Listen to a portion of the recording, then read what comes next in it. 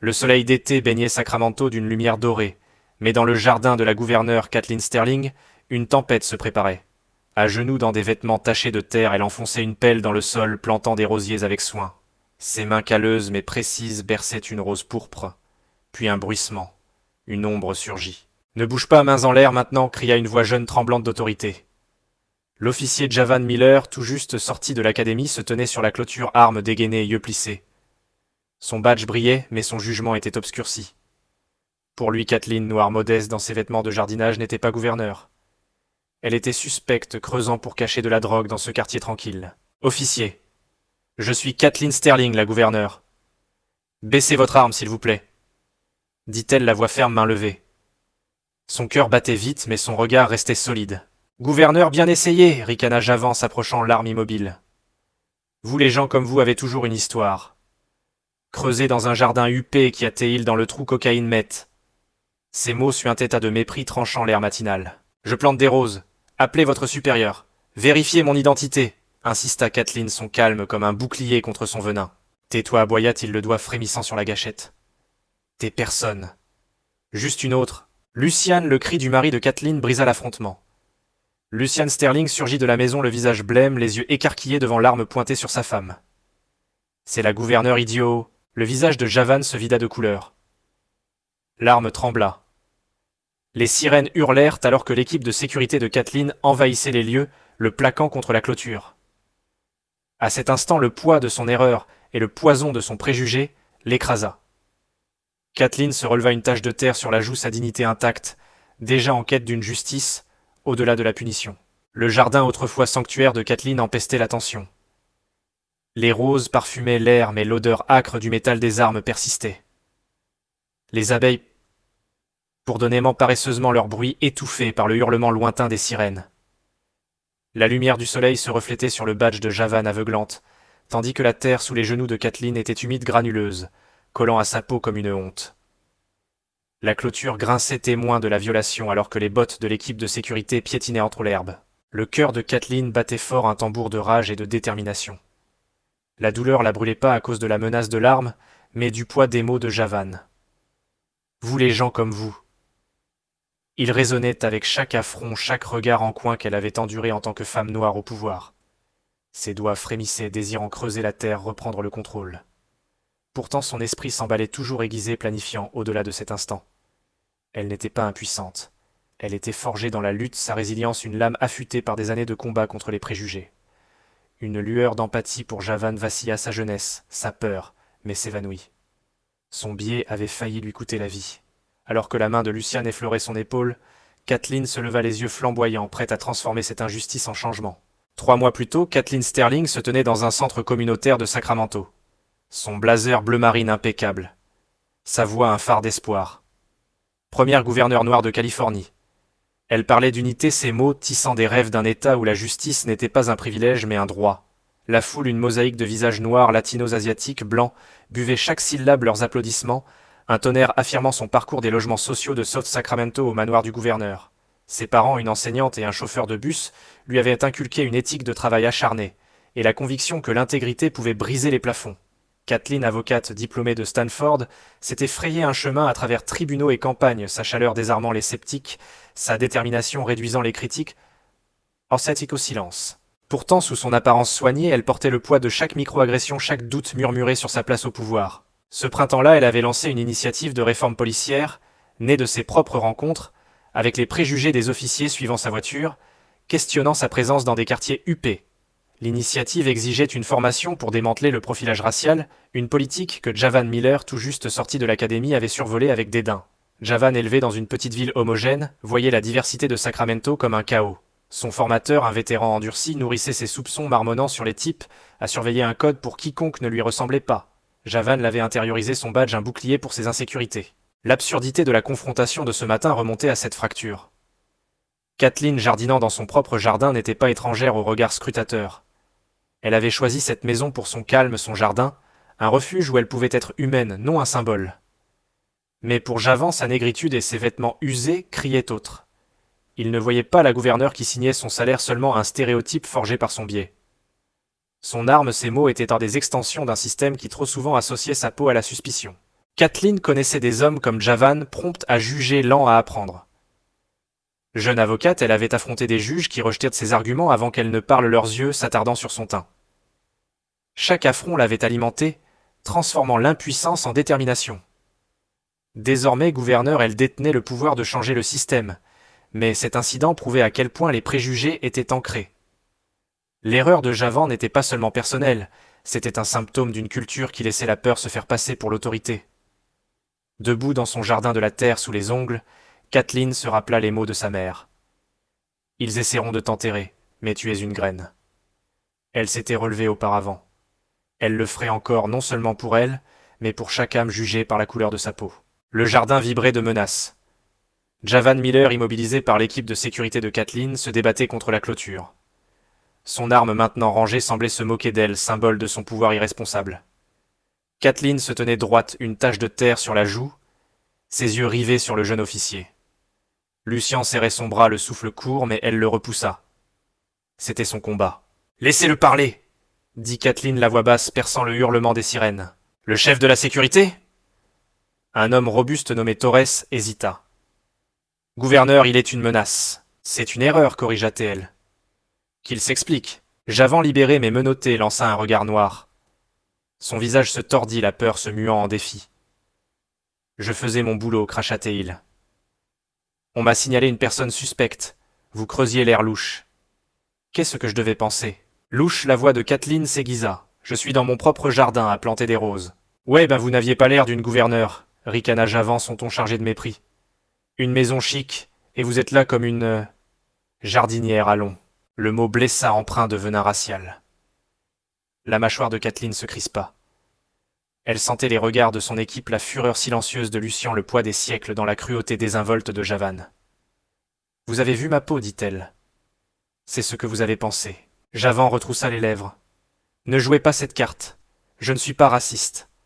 Je fais ce pourquoi on m'a formé surveiller ceux qui n'ont pas leur place. » Pas leur place. Kathleen s'avança, sa présence imposante malgré la terre sur ses mains. « Je suis la gouverneure de Californie. J'ai ma place partout. » Il rit, un aboiement sec. « Bien sûr, madame. Continuez à vous le dire. Juste une embauche de Cotanon. Vous avez des histoires pour couvrir vos traces, je parie. » L'insulte frappa comme une gifle. Lucien bondit. Espèce de Torres le retint. Kathleen leva la main, faisant taire le chaos. Son cœur battait, mais son esprit était glacé. Elle avait déjà vu le genre de Javan arrogant drapé d'autorité aveugle à ses propres préjugés.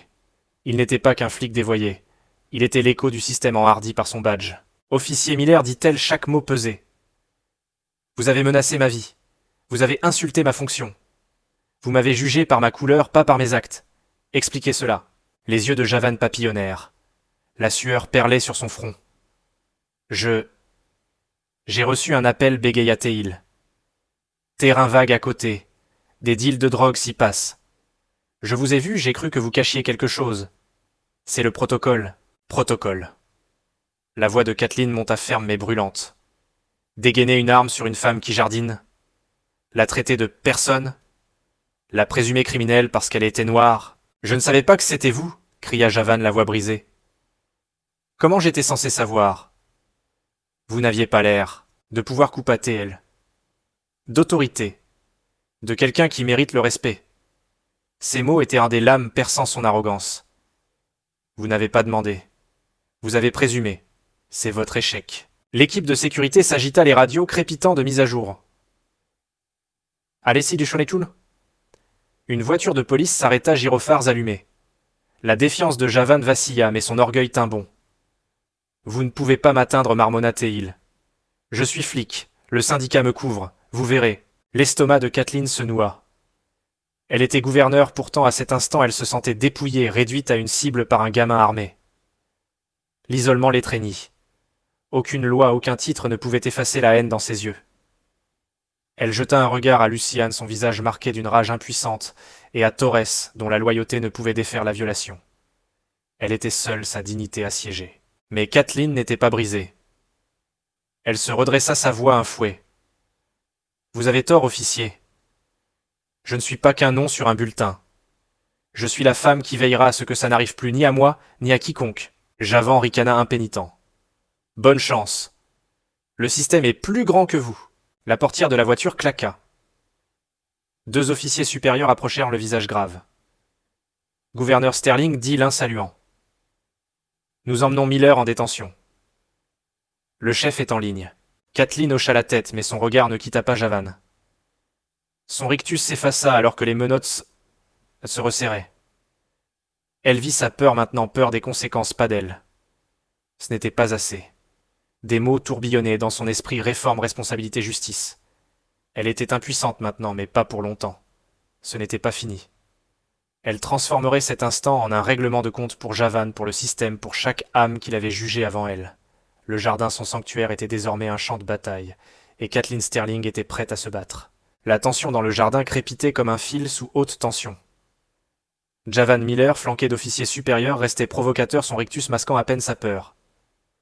Kathleen Sterling, la terre encore collée à ses genoux, sentit le poids de son isolement s'alléger. L'impuissance était passagère. Elle n'était pas une victime. Son esprit affûté par des années de batailles juridiques et d'échecs politiques s'activait. Elle ne laisserait pas le préjugé de Javan définir cet instant. Elle le réécrirait. Le chef attend, gouverneur, dit l'officier Daniels, le ton déférent mais pressant. Miller est suspendu en attente d'enquête. Kathleen hocha la tête, son regard transperçant Javan. Bien. Mais la suspension ne suffit pas. Sa voix était calme, une lame dans un fourreau de velours. Elle se tourna vers Torres, son chef de sécurité. Apportez-moi mon téléphone. Maintenant. Torres hésita, puis lui tendit l'appareil depuis la table du patio. Les yeux de Javan se plissèrent, sentant un changement. Luciane, encore bouillonnant, murmura: Kat. Qu'est-ce que tu fais? Regarde, murmura-t-elle, composant un numéro de mémoire. La ligne sonna une fois deux. Une voix répondit, profonde, autoritaire. Kathleen. Ça va, j'ai entendu qu'il y avait un problème. Malcolm, dit Kathleen, le ton ferme. Malcolm Reese, commissaire de police de Sacramento, était un allié de toujours, un homme noir qui avait gravi les échelons en luttant contre les mêmes préjugés qu'elle. Leur lien forgé dans des luttes communes était son atout caché. Je vais bien. Mais nous avons un problème. L'officier Javan Miller a pointé une arme sur moi dans mon jardin. Il m'a prise pour une dealeuse. Tu sais pourquoi? Silence. Puis un juron étouffé.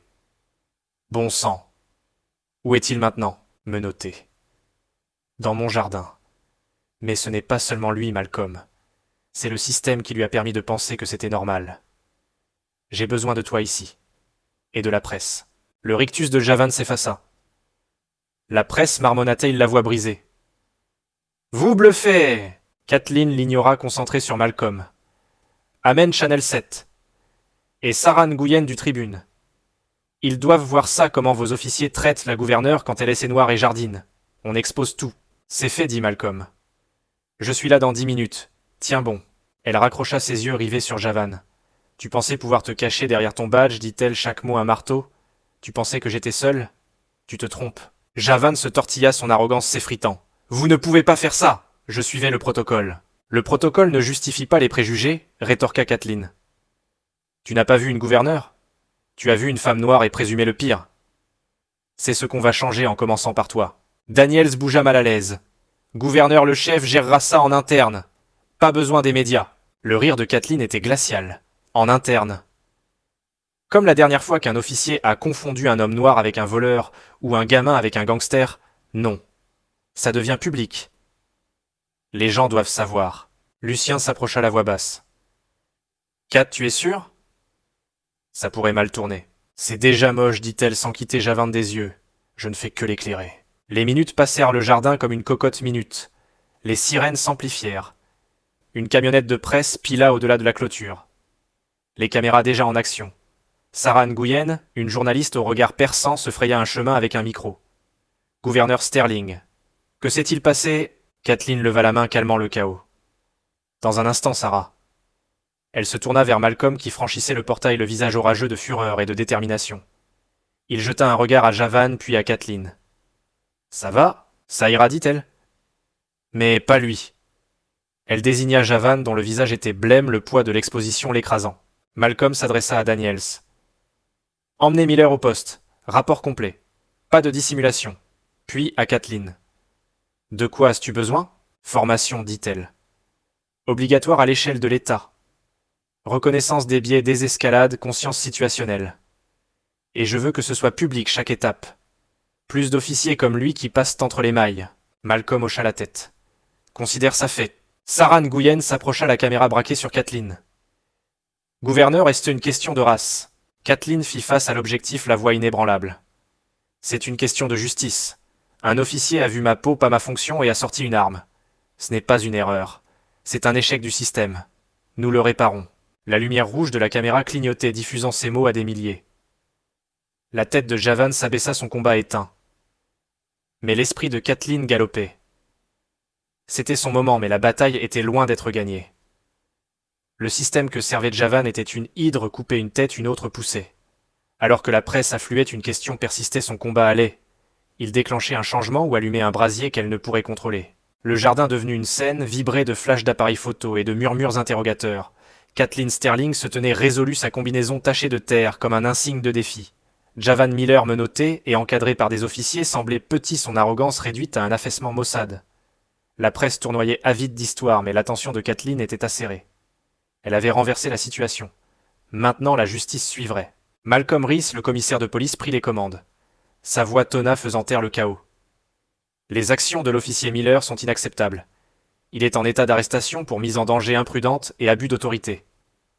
Ce n'est pas une erreur, c'est une trahison de la confiance publique. Il jeta un regard à Kathleen, un serment silencieux de responsabilité. Javin releva la tête, les yeux écarquillés. Arrestation! Vous ne pouvez pas! Un officier resserra son emprise, le coupant. Le cliquetis des menottes résonna, un son que Kathleen ressentit dans ses os. Ce n'était pas un triomphe, mais un soulagement, une fissure dans le mur de l'impunité.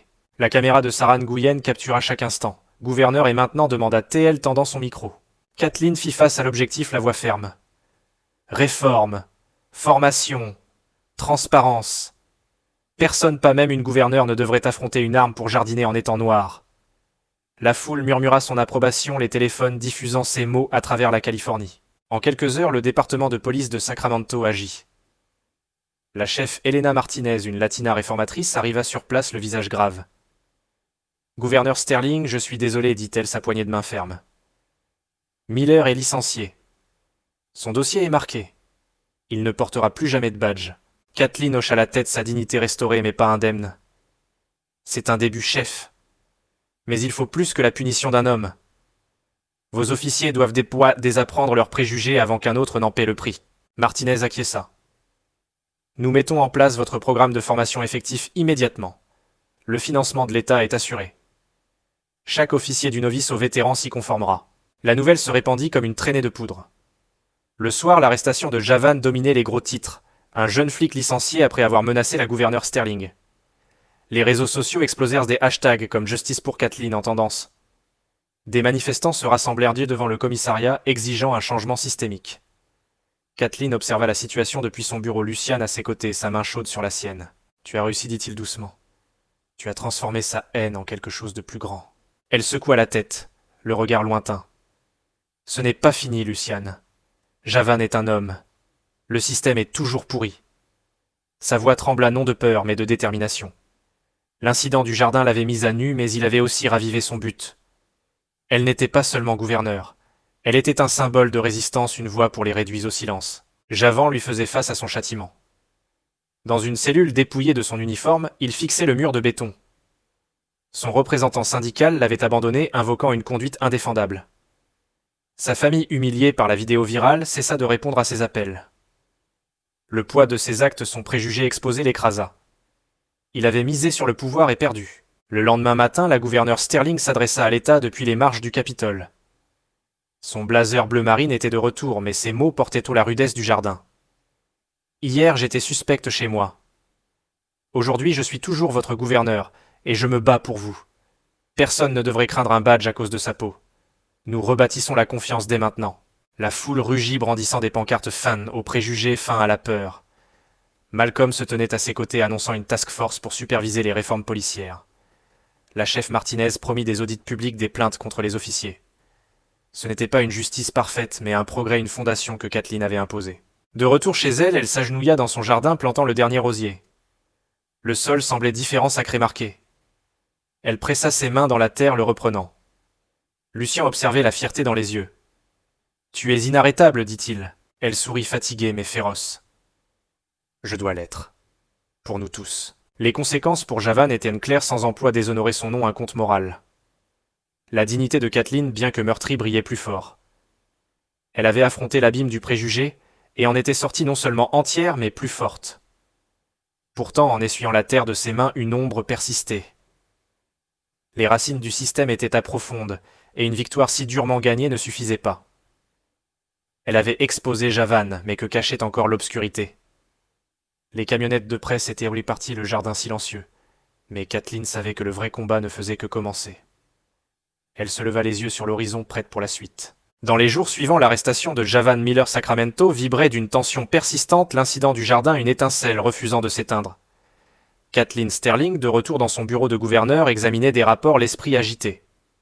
Le préjugé de Javan était évident, mais des murmures d'une corruption plus profonde émergeaient. Malcolm Reese, le commissaire de police, arriva avec un dossier, le visage sombre. « Kathleen, c'est pire que nous pensions », dit-il, glissant des documents sur son bureau. Le dossier révélait que Javan n'agissait pas seul. Son formateur, le sergent Roy Kessler, avait un passif de plainte, profilage racial, usage excessif de la force enterré par un capitaine de précinct complice.